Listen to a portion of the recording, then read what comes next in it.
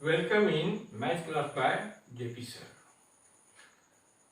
Today topic is integration. It is the part of calculus. आप differentiation इसके पहले वाला क्लास में पूरी तरह से जान चुके हैं. एप्लीकेशन ऑफ डेरिवेटिव भी आप पढ़ चुके हैं. अगला टॉपिक हमारा है इंटीग्रेशन. इंटीग्रेशन और डिफरेंशिएशन क्या है? Integration is the inverse process of differentiation. Differentiation का उल्टा प्रोसेस को इंटीग्रेशन कहा जाता है.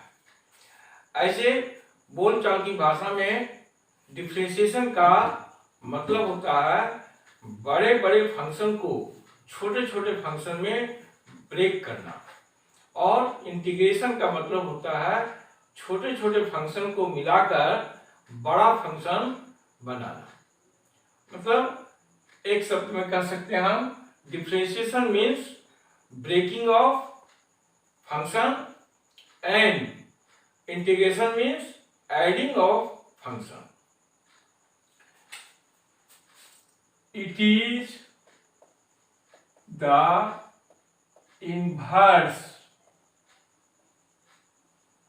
process of differentiation.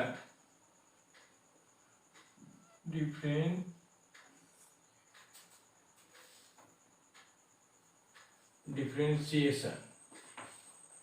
अब ये जो इंटीग्रेशन होता है वो दो टाइप में होता है. पहला कहलाता है इंडिफिनिट इंटीग्रल, इंडिफिनिट इंटीग्रल, और दूसरा है डेफिनिट इंटीग्रल.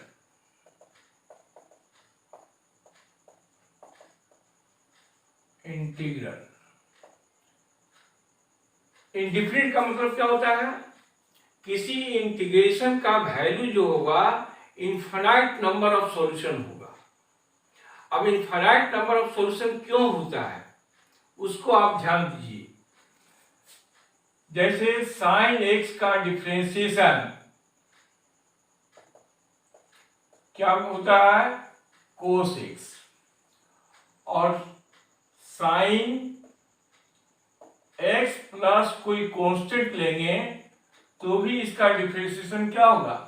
कोस एक्स होगा. क्यों? क्योंकि कांस्टेंट का डिफरेंशिएशन 0 होता है. इसीलिए कोस एक्स का इंटीग्रेशन जनरल में हम लोग लिखेंगे साइन एक्स प्लस सी. जहां सी क्या है? फिर सी इज कांस्टेंट ऑफ इंटीग्रेशन कहलाता है. कांस्टेंट ऑफ इंटीग्रेशन या इंटीग्रल कह सकते हैं आप. अब कोसेक्स का इंटीग्रेशन साइन एक्स प्लस सी हुआ, तो अगर सी का हम डिफरेंट वैल्यू पुट करेंगे 1 2 3 4 एनी नंबर, तो क्या हम देखते हैं कि कोसेक्स का जो इंटीग्रल वैल्यू मिलेगा वो इनफाइनाइट नंबर में मिलेगा, इनफाइनाइट सॉल्यूशन मिलेगा. इसीलिए इस तरह का इंटीग्रेशन को कहा जाता है इंडिफिनिट इंटीग्रल कहा जाता है. तो आप समझ गए होंगे कि इंडिफिनिट इंटीग्रल क्या है. अब डिफिनिट इंटीग्रल क्या है? जब इस इंटीग्रेशन का कोसेक्स इंटू डीएक्स का इंटीग्रेशन साइन एक्स लिखेंगे, और यहां ये लिमिट आपका दिया रहेगा 0 टू पाई बाय 2. 0 कहलाएगा लोअर लिमिट, पाई बाय 2 कहलाएगा अपर लिमिट. तो ये जो सॉल्यूशन निकला उस सॉल्यूशन में इस लिमिट को बैठाया जाता है पाई बाय 2 0. एक्स का वैल्यू एक बार अपर लिमिट बैठाएंगे, दूसरे बार लोअर लिमिट बैठाएंगे, फिर ट्रिग्नोमेट्री से इसका वैल्यू पुट करेंगे तो साइन पाई बाय 2 1 और साइन 0 0. तो ये क्या मिला, वैल्यू 1 मिला। यानी integration cos x dx from 0 to π/2 का वैल्यू 1 मिलेगा, जो डिफरेंट वैल्यू कहलाएगा। इसलिए इस तरह का इंटीग्रेशन को कहा गया डिफरेंट इंटीग्रल। वैसे इंटीग्रल जिसमें लिमिट लगा हो उसको हम लोग कहेंगे डिफरेंट इंटीग्रल, और जिसमें लिमिट नहीं लगा हो उसको कहेंगे इनडिफरेंट इंटीग्रल। इनडिफरेंट क्यों कहा जाता है? क्योंकि इसका जो वैल्यू निकलता है वो इनफाइनाइट नंबर ऑफ सॉल्यूशन देगा as we put value of c। अब हम लोग देखते हैं फार्मूला। तो बेसिक फार्मूला यहाँ आपको डिफरेंशिएशन का basic formula 6 trigonometry, 6 inverse function, 12 एक एक्सपोनेंट फार्मूला, 13 एक लॉगरिथमिक फार्मूला, 14 और एक a⁴x, यानी बेसिक फार्मूला आपको 15 है। जबकि इंटीग्रेशन में आपका ट्रिगोनोमेट्री का फार्मूला हो जाएगा 6, इनवर्स का 6, 12 और 6 नहीं बल्कि आपका 10 फार्मूला होगा ट्रिगोनोमेट्री में। इनवर्स का 6, 16 और 3 हो गया लॉगरिथमिक, एक्सपोनेंट वगैरह। उसके बाद आपको आएगा 3 स्पेशल सेट फार्मूला, यानी लगभग आपको 30 फार्मूला याद करना पड़ेगा। और आप जानते हैं कि जिस तरह बिना ट्रिगोनोमेट्रिकल फार्मूला का हम लोग ट्रिगोनोमेट्री को सॉल्व नहीं कर सकते हैं, उसी तरह से विदाउट डिफरेंशिएशन फार्मूला और इंटीग्रेशन फार्मूला के बिना हम इंटीग्रेशन या डिफरेंशिएशन का एक भी स्टेप नहीं बढ़ा सकते हैं। इसलिए सबसे पहले आपको जो बेसिक फार्मूला है उसको लर्न करना पड़ेगा। अगर आप लर्न किए हैं तो अच्छी बात है, नहीं तो फिर आपको काफी दिक्कत होगा। साथ में ट्रिगोनोमेट्रिकल फार्मूला जो है, जैसे खास करके मल्टीपल एंगल फार्मूला, सब मल्टीपल एंगल फार्मूला, उसको भी दिमाग में रखना पड़ेगा मेमोरी में, तभी आप इंटीग्रेशन या डिफरेंशिएशन का वर्क आगे बढ़ा सकते हैं। तो देखिए फर्स्ट फार्मूला है एक्सपोनेंट फार्मूला, इसको हम लोग बोलते हैं d/dx x⁴n का डिफरेंशिएशन करना है। तो क्या किया जाता है, जो पावर है वो बाएं साइड लिखा जाता है और एक पावर को रिड्यूस किया जाता है, यानी कम कर दिया जाता है। जैसे फॉर एग्जांपल x³ का डिफरेंशिएशन क्या लिखते हैं आप, 3 × x², यानी 3 मल्टीप्लिकेशन में चला गया और एक पावर माइनस करके 2 पावर आया। इंटीग्रेशन में क्या होता है, x⁴n का इंटीग्रेशन एक पावर प्लस किया जाता है, जितना पावर है उसमें एक प्लस किया जाता है, बढ़ा दिया जाता है, और जो बढ़ करके नंबर आता है उसी से डिवाइड किया जाता है। ये जो फार्मूला इंटीग्रेशन में है, ये n नॉट इक्वल टू -1 के लिए है, यानी x का वैल्यू अगर -1 है तो उसका इंटीग्रेशन हम इस एक्सपोनेंट फार्मूला से नहीं कर सकते हैं। उसका स्पेशल फार्मूला होगा 1/x, यानी x⁻⁻1, इसका इंटीग्रेशन 1/x, और इसका इंटीग्रेशन क्या लिखेंगे, क्योंकि हम जानते हैं कि log x का डिफरेंशिएशन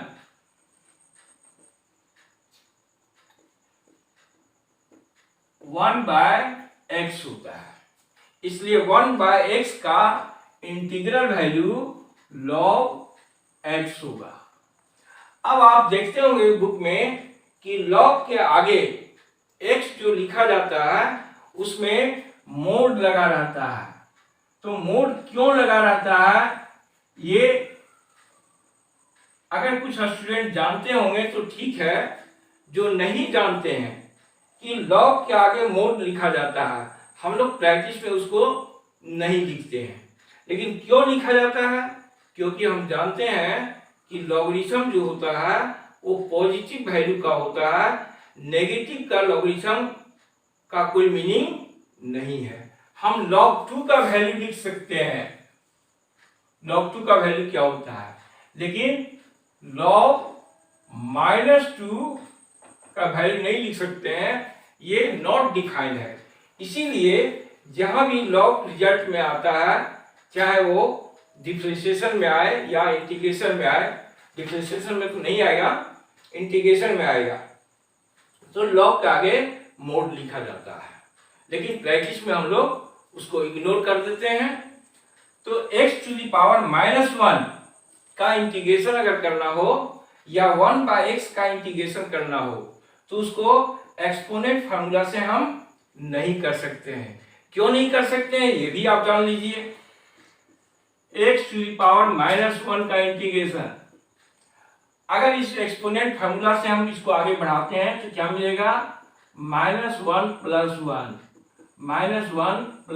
1 यानी x⁻0/0 मिलेगा। अब समथिंग टू द पावर 0 क्या होता है, 1, तो 1/0, और 1/0 क्या है, मीनिंगलेस होता है। अब देखिए ये जो x⁻n का जो फार्मूला दिया गया है, x⁻n+1/n+1, हमने क्या कहा कि ये फार्मूला जो है वो n नॉट इक्वल टू -1 के लिए है, यानी -1 को छोड़कर सभी के लिए है, वो नंबर पॉजिटिव हो, नेगेटिव हो या फ्रैक्शन हो। अगर इसको हम इस फार्मूला से करना चाहेंगे तो क्या मिला, 1/0। 1/0 का मतलब क्या होता है, इंफिनिटी होता है, मीनिंगलेस। इसलिए इस फार्मूला से इसको इंटीग्रेशन नहीं कर सकते हैं, यानी 1/x का इंटीग्रल अगर कहीं लिखना है तो उसको लिखेंगे log ऑफ mod x या सिंपली log x लिखेंगे। अब इस फार्मूला पर एक दो एग्जांपल आप देखिए।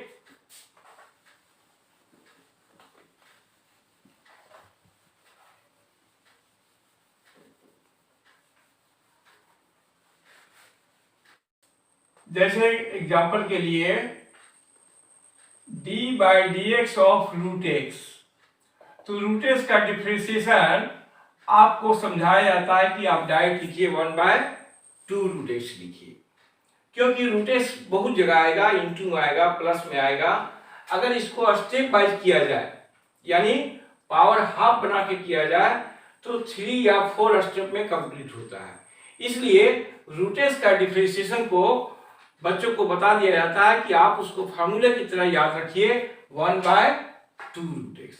लेकिन यदि √x का हमको इंटीग्रेशन करना है तो इसके लिए कोई डायरेक्ट मेथड नहीं है, डायरेक्ट हम नहीं लिख सकते हैं। इसको इंटीग्रेशन करने के लिए पावर में चेंज करना पड़ेगा। ये पावर क्या हो जाएगा, x⁻½ हो जाएगा।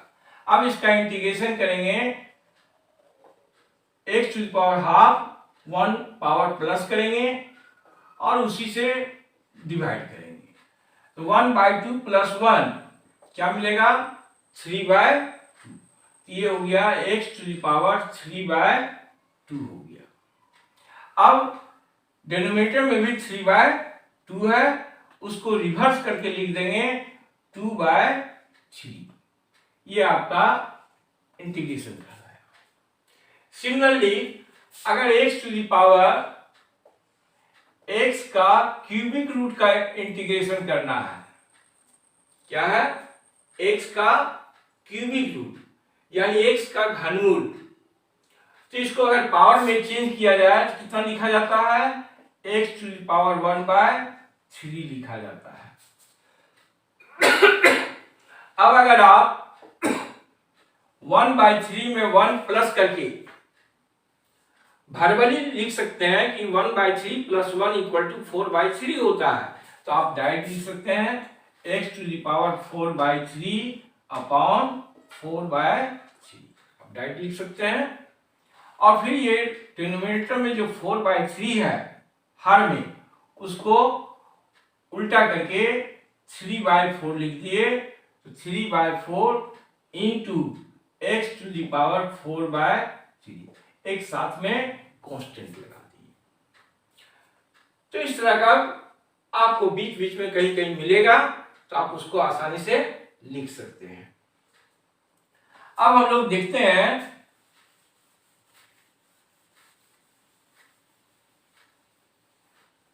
Exponential function. तो एक्सपोनेंशियल फंक्शन का डिफरेंशिएशन एक्सपोनेंशियल फंक्शन ही होता है, e to the power x ही होता है, इसलिए इंटीग्रेशन में भी सेम फॉर्मूला होगा, e to the power x का integration e to the power x ही होगा। लेकिन अगर फंक्शन ऑफ फंक्शन की बात करें, जैसे फॉर एग्जांपल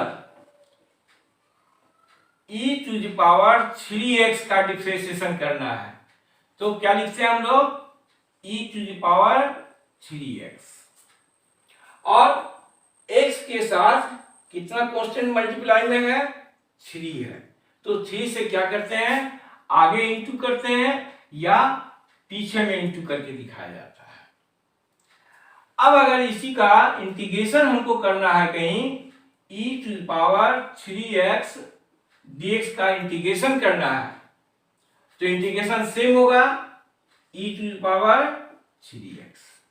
अब x के साथ जो कांस्टेंट 3 है वो कहां बढ़ेगा, इनटू में बढ़ेगा या डिवाइड में बढ़ेगा।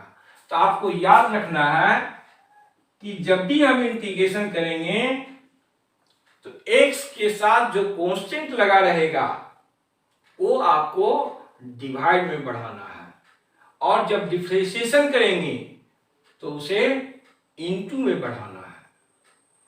अगर x के साथ कोई प्लस या माइनस कांस्टेंट लगा हो तो उस प्लस कांस्टेंट या माइनस कांस्टेंट का जिस तरह डिफरेंशिएशन में कोई फर्क नहीं पड़ता है, उसी तरह इंटीग्रेशन में भी कोई फर्क नहीं पड़ता है। ये सब बेसिक चीज, मूल बात अगर आप याद रखते हैं तो आगे आपको परेशानी नहीं होगी। जैसे आप देखिए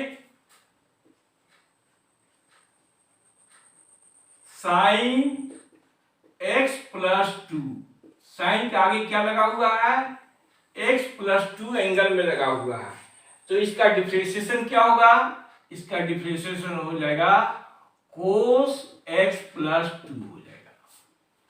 ये प्लस 2 का डिफरेंशिएशन में आगे कोई रोल नहीं रहेगा। ठीक इसी तरह से अगर हमको इंटीग्रेशन करना है cos x plus 2 into dx, इसका इंटीग्रेशन हमको लिखना है, तो जानते हैं कि cos का इंटीग्रेशन क्या होता है, साइन होता है, तो साइन x प्लस 2 लिख देंगे। प्लस 2 का कोई फर्क नहीं पड़ता है। फर्क कब पड़ता है, जब कांस्टेंट x के साथ इंटू या डिवाइड में रहे, इंटू या डिवाइड में रहे तो फर्क पड़ेगा। और फर्क क्या पड़ेगा, आपको ये याद रखना है कि डिफरेंशिएशन में उस कांस्टेंट से मल्टीप्लाई किया जाता है, इंटीग्रेशन में उस कांस्टेंट से डिवाइड करना है। तो ये मौलिक बात हुआ। अब आते हैं हम लोग ट्रिग्नोमेट्रिकल फंक्शन पर। देखिए, इंटीग्रेशन को अच्छी तरह समझने के लिए पहले बेसिक कंसेप्ट को क्लियर होना जरूरी है।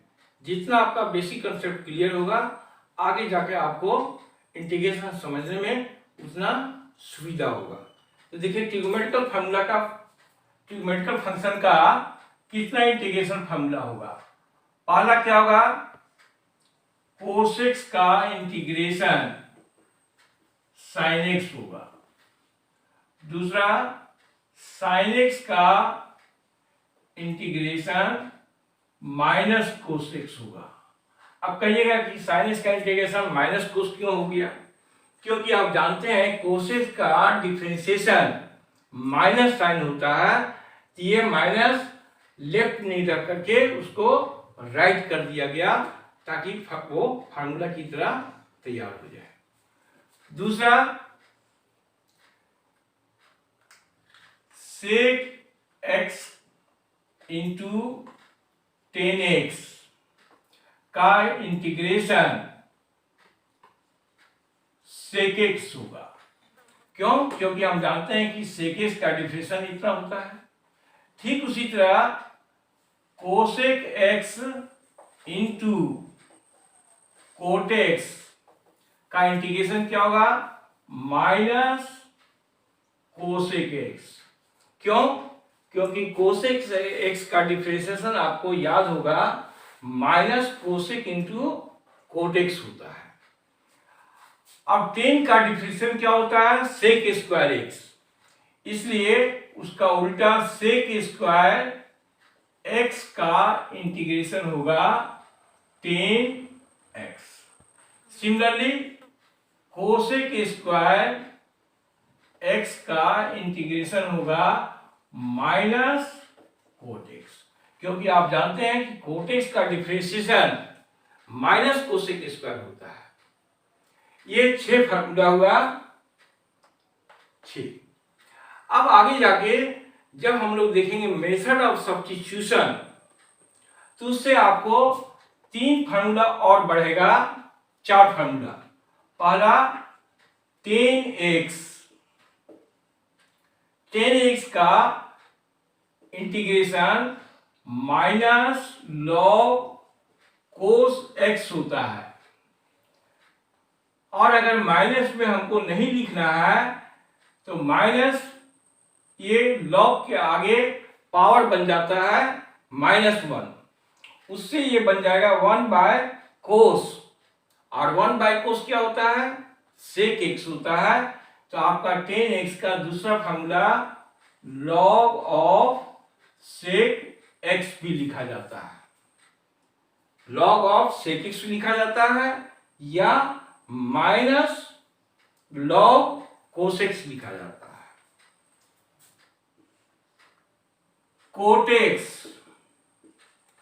कोटेक्स का इंटीग्रेशन क्या होगा? Log of sine x, log of sine x होगा ये। अब है सेक एक्स का क्या होगा?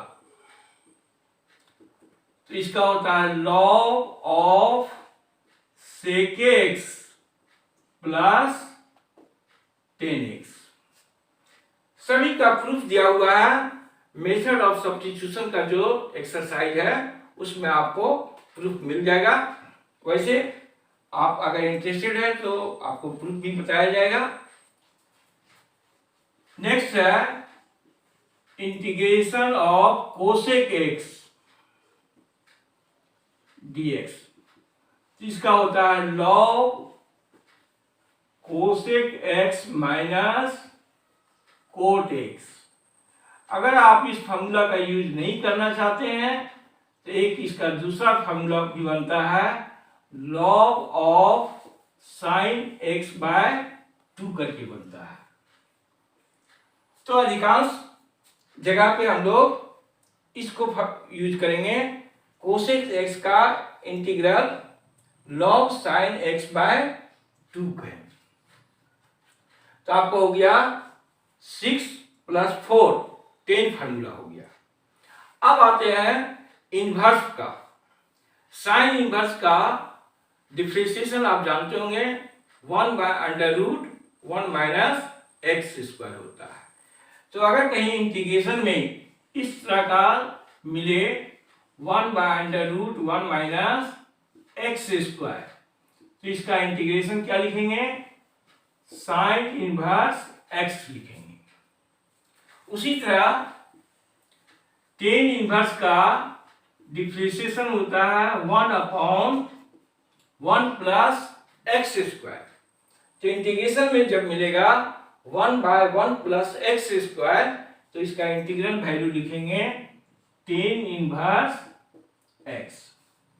और एक और आप याद रखिए, सेक इनवर्स, सेक इनवर्स का डिफरेंशिएशन क्या होता है, तो 1/x into X square minus 1 होता है।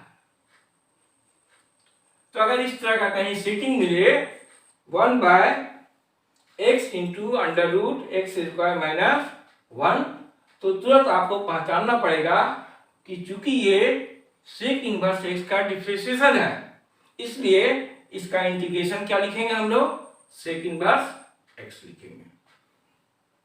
अब जिस तरह डिफरेंशिएशन में 6 इनवर्स का फॉर्मूला होता है, यहां आपको 6 याद करने का जरूरत नहीं है। अगर यहां माइनस लगा देंगे, -1/1 माइनस एक्स स्क्वायर, तो कोस इनवर्स एक्स हो जाएगा। तो वैसा जरूरत नहीं पड़ता है, अगर माइनस आ रहा है तो माइनस को आप बाहर कर दीजिए। इसलिए इस तरह का 3 फार्मूला आपको याद रखना होगा। ये आपको सिंपल फार्मूला होगा। आगे आपको 3 सेट का स्पेशल फार्मूला मिलेगा, जिससे जो इंटीग्रेशन बनता है उसका नाम दिया गया है स्पेशल इंटीग्रल। अब है मेथड।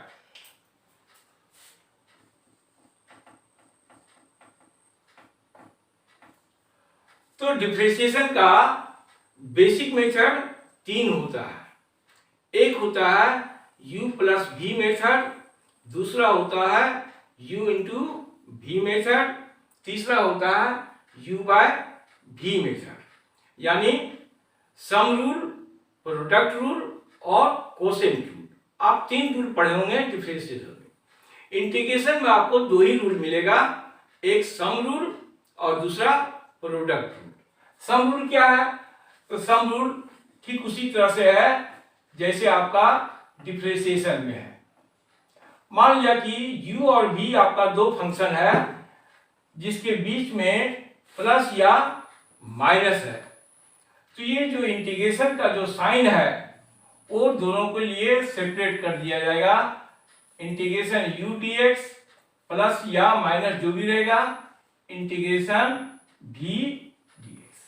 अगर यहाँ 3 है, 4 है, 5 फंक्शन दिया हुआ है प्लस माइनस में, तो उतना इंटीग्रेशन सेपरेट हो जाएगा। ये तो सिंपल सी बात है।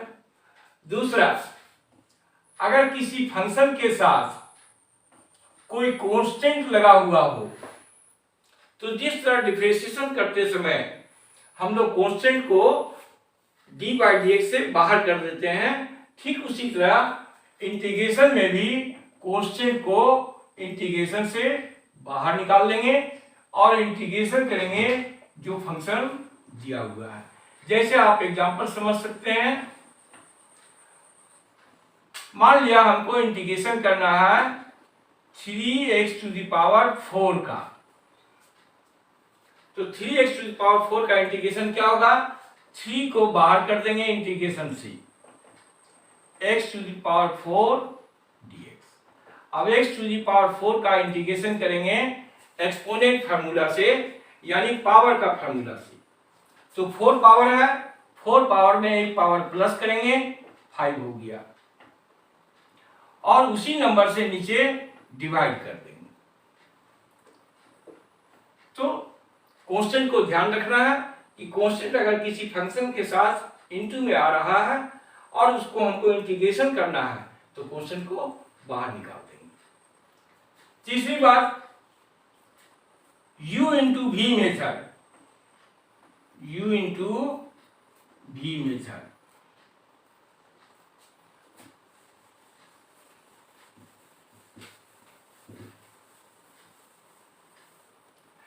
जब 2 फंक्शन इनटू में दिया रहेगा और उसको हम प्लस या माइनस में ब्रेक नहीं कर सकते हैं, जैसे एक फंक्शन आपका अलजेब्रा है, दूसरा फंक्शन ट्रिगोनोमेट्री है,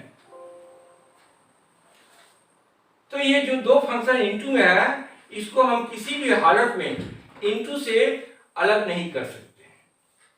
तो यहाँ पे u इंटू भी मेथड अप्लाई होता है, जिसको हम लोग आगे जाके जानेंगे इंटीग्रेशन बाय पार्ट के नाम से। क्या नाम से जानेंगे? Integration by part. अब इसका मेथड क्या है वो देखिए। पहला function as it is into integration of second function minus differentiation of first function integration of second function, और इसका जो रिजल्ट आएगा उसका एक बार फिर डबल इंटीग्रेशन करेंगे। एक इसको कहा गया u इंटू भी मेथड, जो किस नाम से जाना जाएगा? ये जाना जाएगा इंटीग्रेशन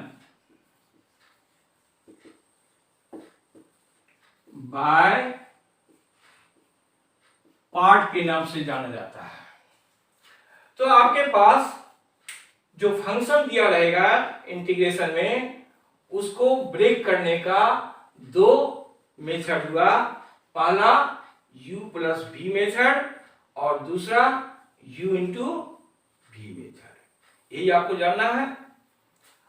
अब आगे आते हैं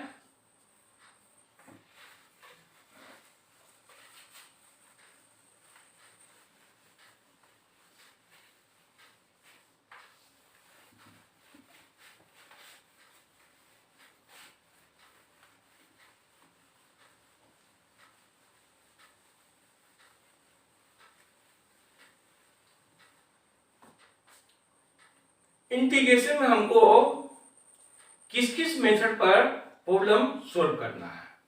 तो पहला है सिंपल इंटीग्रेशन। पहला क्या है? Simple integration. एक एक करके हम एग्जांपल देंगे आपको। दूसरा मेथड कहलाता है। तो method of substitution, method of substitution, इसका मतलब क्या होता है?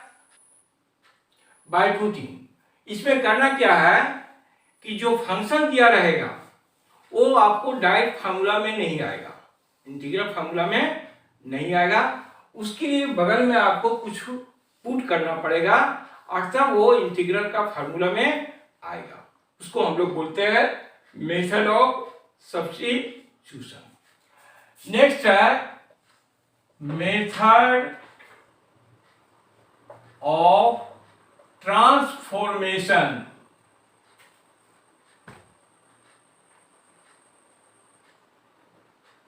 इसमें क्या है कि जो फंक्शन दिया रहेगा, खास करके ट्रिग्नोमेट्रिकल फंक्शन, वो ट्रिग्नोमेट्रिकल फंक्शन जो दिया रहेगा इंटीग्रेशन के अंदर, वो इंटीग्रेबल नहीं होगा। इंटीग्रेबल नहीं होगा तो हम उसका इंटीग्रेशन नहीं लिख सकते हैं। तो उसको ट्रिग्नोमेट्रिकल फार्मूला के माध्यम से इंटीग्रेबल बनाया जाता है, जिसको कहा जाता है मेथड ऑफ ट्रांसफॉर्मेशन।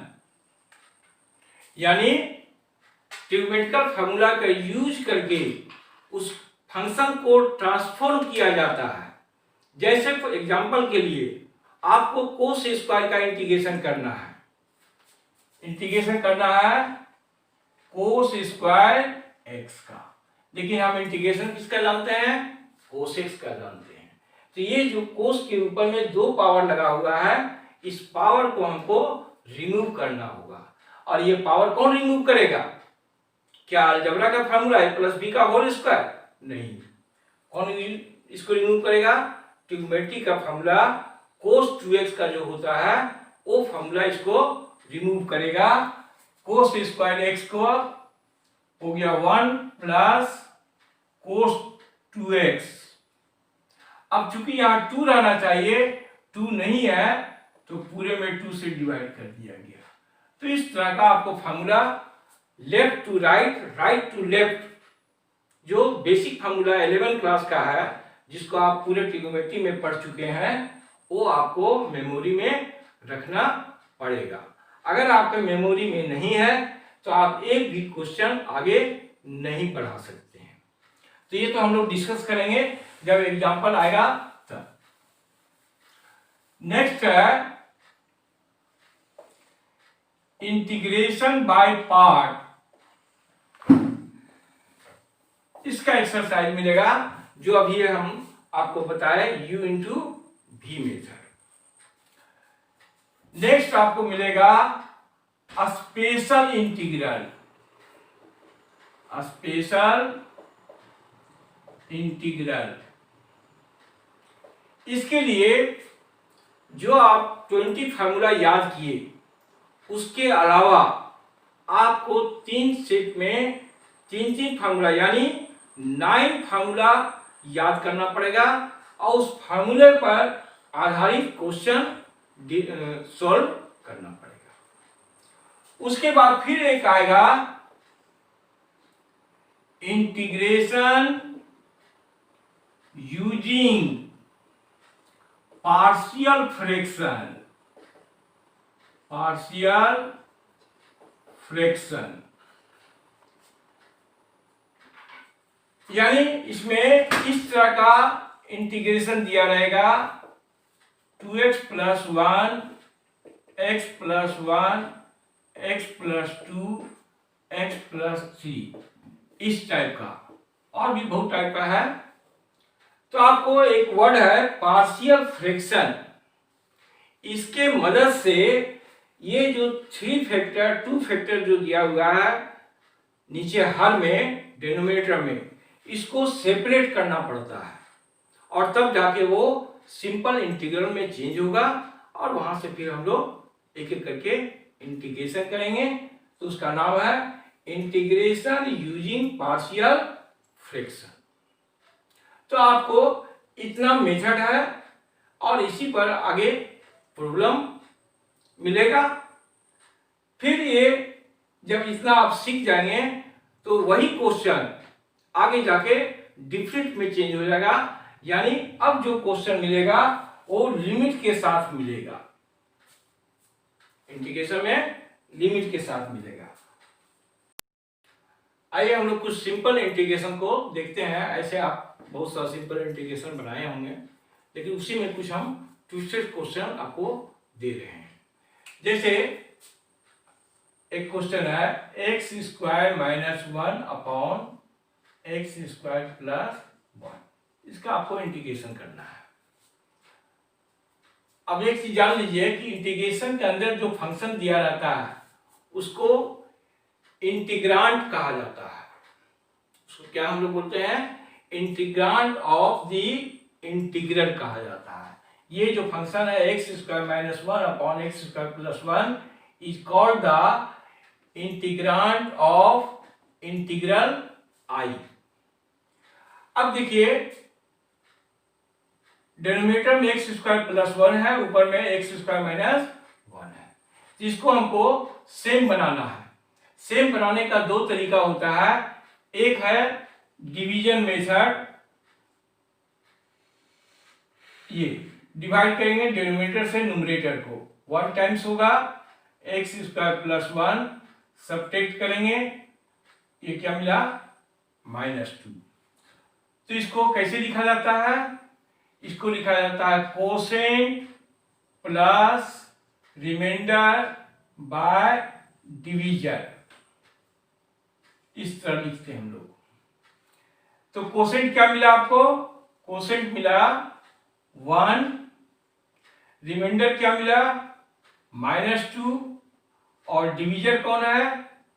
x² + 1। तो इस तरह से ये सेपरेट हो गया। अब ये dx को अलग कर देंगे, 1 × dx, -2 बाहर कर देंगे, 1/x² + 1। अब देखिए ये दोनों इंटीग्रेशन जो है स्टैंडर्ड आ गया। तो जिस तरह से डिफरेंशिएशन में आप x का डिफरेंशिएशन 1 × dx लिखते हैं, ठीक उसी का अपोजिट dx का इंटीग्रल हमेशा x लिखेंगे।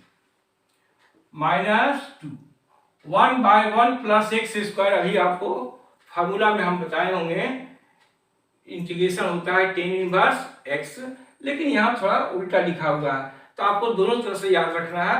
1 प्लस एक्स स्क्वायर हो या एक्स स्क्वायर प्लस 1 हो 1/, में तो उसका इंटीग्रेशन क्या लिखेंगे, टेन इनवर्स एक्स, साथ में एक कांस्टेंट लगा देंगे सी। ये तो हुआ कि जो लड़के न्यूमरेटर को डिनोमिनेटर में नहीं चेंज कर सकते हैं, उसका तरीका है कि डिनोमिनेटर से न्यूमरेटर को डिवाइड कीजिए और पूरे फंक्शन को एफ को कैसे लिखना है, भागफल प्लस शेष बटा भाजक। और जो लड़के न्यूमरेटर को डिनोमिनेटर में बदल सकते हैं, जैसे x square minus 1 x square plus 1, तो डिनोमिनेटर में है एक्स स्क्वायर प्लस 1, उसको देख के हम लिख दिए एक्स स्क्वायर प्लस 1। अब यहाँ पे क्या है, एक्स स्क्वायर माइनस 1 है, तो इसको बैलेंस किया जाता है। बैलेंस कैसे किएंगे, एक्स स्क्वायर का एक्स स्क्वायर लिख दिया गया, यहाँ है प्लस 1, यहाँ है माइनस 1, तो इसके साथ कितना लिखेंगे हम कि फिर से प्लस माइनस करने से ये आ जाए। यानी अगर हम यहाँ -2 लिख दिए और +1 दोनों मिलके क्या हो गया, -1। एडिशन सब्ट्रैक्शन आपको बढ़िया से आना चाहिए, तभी आप अरेंज कर सकते हैं। This upon x square plus 1। अब ये जो डिनोमिनेटर है उसको दोनों न्यूमरेटर के साथ सेपरेट कर दिया जाता है, X square plus 1 upon x square plus 1 into D X minus 2/एक्स square plus 1 into D X. तो ये देखिए आपका कैंसिल हो गया, क्या मिला, डी एक्स, 2 को बाहर कर देंगे, 1/एक्स स्क्वायर प्लस 1। तो एक ये तरीका है सेपरेट करने का। यही आगे मेथड बढ़ता है जो अभी हमने आपको बताया कि इंटीग्रेशन यूजिंग पार्शियल फ्रैक्शन। जब हम यहाँ साधारण तरीका से सेपरेट नहीं कर सकते हैं तो पार्शियल फ्रैक्शन का उपयोग करेंगे। अब आगे इंटीग्रेशन करेंगे, dx का इंटीग्रेशन x और इसका इंटीग्रेशन हो गया tan inverse x plus c। तो काफी सिंपल क्वेश्चन है, लेकिन अगर क्वेश्चन ये अचानक आपको मिल गया और आप कभी इस तरह का क्वेश्चन नहीं देखे हैं तो मुश्किल में पड़ सकते हैं। नेक्स्ट देखते हैं हम लोग,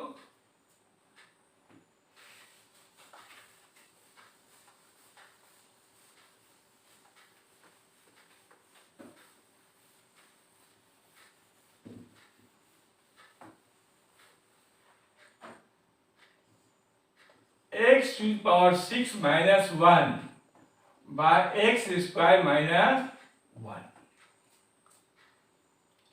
देखिए ऊपर 6 पावर है, नीचे 2 पावर है, तो आप एक फार्मूला जानते होंगे, A Q minus B Q equal to होता है A minus B into A square plus A B plus B square. ये जानते होंगे 10th क्लास में। यही सेटिंग प्लस में हो सकता है, ऊपर भी प्लस रहेगा नीचे भी प्लस रहेगा। तो एक्स टू द पावर 6 को क्या लिखेंगे, एक्स स्क्वायर पावर क्यू, और 1 जो है अपने इच्छा के अनुसार पावर लगा देंगे जितना हमको आवश्यकता है। तो यहाँ पावर 3 है इसलिए इसमें भी पावर 3 लगा दिया गया, एक्स स्क्वायर माइनस 1 dx।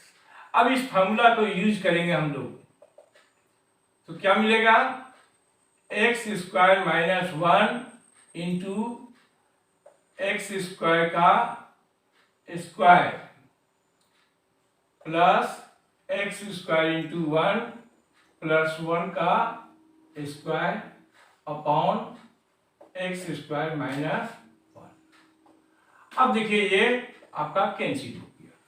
क्या मिला? x to the power 4 plus x square plus 1 into dx। ये देखिए u प्लस बी मेथड में आ गया। u प्लस बी से इसको सेपरेट करेंगे, x to the power 4 dx plus x square dx plus dx। अब जो एक्सपोनेंट फार्मूला है यानी पावर वाला जो फार्मूला है उससे सभी को इंटीग्रेट कर देंगे। तो एक्स टू द पावर 4 का इंटीग्रेशन क्या मिलेगा? इसमें 1 पावर प्लस कीजिए, 5 उसी से डिवाइड कीजिए। Similarly x to the power 2 का इंटीग्रेशन क्या मिलेगा? X to the power 3 upon 3 plus dx का इंटीग्रेशन क्या लिखेंगे? x। एक आगे कांस्टेंट लगा देंगे c। तो आपका आंसर मिल गया। अब दूसरी बात है कि हम इस क्वेश्चन को देख के नहीं समझ पाए कि ये ऊपर में ए क्यू माइनस बी क्यू पर सेट है, तब हम क्या करेंगे? तब तो इस तरह का अगर क्वेश्चन सामने आ गया तो उसको क्या होगा? उसको छोड़ देना पड़ेगा? नहीं, आप डिवीजन रूल अगर आपको मालूम है, आप डिवाइड करने आता है अलजेब्रा का, x to power 6 minus 1 by x square minus 1 dx। तो आप बगल में यानी साइड में डिवीजन कीजिए, लेकिन आपको अलजेब्राइक फंक्शन का डिवीजन आना चाहिए। अगर वो भी आपको नहीं आ रहा है तब इस तरह का क्वेश्चन को आप डील नहीं कर सकते हैं। तो देखिए ये एक्स स्क्वायर है, ये एक्स का पावर 6 है, तो कोसेंट क्या आएगा? कोसेंट को जानने के लिए इससे डिवाइड किया जाता है। एक्स का पावर 6 को एक्स के पावर 2 से डिवाइड करेंगे, कितना आएगा? एक्स का पावर 4 आएगा। यानी आपका कोसेंट मिला एक्स टू द पावर 4 मिला। अब एक्स टू द पावर 4 से पूरे डिवीजन को मल्टीप्लाई करके लिखिए, x to power 6 minus x square. Sign change करेंगे, फर्स्ट फंक्शन कैंसिल हो गया। अब सेकंड जो है उसको लिखिए, पहले लिखिए x square minus 1। Again division को कंटिन्यू कीजिए, एक्स स्क्वायर है, ये भी एक्स स्क्वायर है, कितना से डिवाइड होगा? ये होगा आपका एक्स का पावर 4। तो कितना से डिवाइड होगा? एक्स टू पावर 2 से डिवाइड होगा। फिर मल्टीप्लाई करके लिखेंगे x to power 4 minus x square. Sign change करेंगे, एक्स स्क्वायर माइनस 1। अब कितना से डिवाइड होगा? तो प्लस 1 से डिवाइड होगा। मल्टीप्लाई करके लिखेंगे, ये आपका कैंसिल हो गया। तो क्या मिला? कोसेंट मिला आपको x square x to power 4 plus x square plus 1।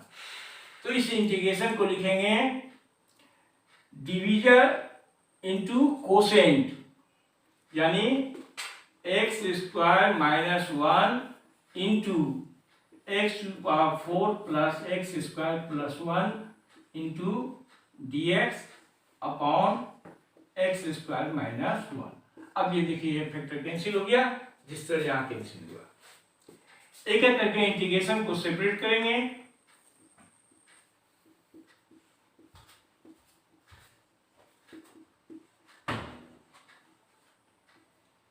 Integration करेंगे X to power 3 by 3 plus X plus C, ये आंसर हो गया। तो मेरा कहने का मतलब है इस तरह का चुनिंदा क्वेश्चन अगर आपके सामने है तो सबसे पहले उसको दिमाग अपना दौड़ाइए कि ये कोई फार्मूला पर सेटिंग तो नहीं है, A square plus minus B square पर सेटिंग है, A Q minus B Q, A Q plus B Q पर सेटिंग है। अगर वो आप कैच कर लेते हैं तो उस तरह से आगे बढ़िए। अगर कैच नहीं कर पाते हैं तो सेपरेट करने के लिए इसको चूंकि आपको याद होगा कि अभी हमने बताया आपको इंटीग्रेशन में 2 ही मेथड होता है, एक u प्लस v मेथड होता है, दूसरा u इंटू v मेथड होता है। अब ये फंक्शन को गौर कीजिए, ये फंक्शन किस तरह से दिया हुआ है, डिवाइड में दिया हुआ है, u बाय v में दिया हुआ है। तो u बाय v में दिया हुआ है तो u बाय v का तो कोई मेथड होता नहीं है। जब नहीं होता है तो इसको हमको प्लस या माइनस में चेंज करना होगा। अब प्लस माइनस में कौन चेंज करेगा, तो चूंकि फंक्शन अलजेब्रा का है इसलिए अलजेब्रा का यूज होगा। तो इस तरह अगले क्लास में हम लोग इसी टाइप का सिंपल इंटीग्रेशन में कुछ और चुनिंदा टाइप के क्वेश्चन देखेंगे और फिर एक एक मेथड जो हमने आपको बताया उस मेथड पर आपको प्रॉब्लम हम डील करेंगे।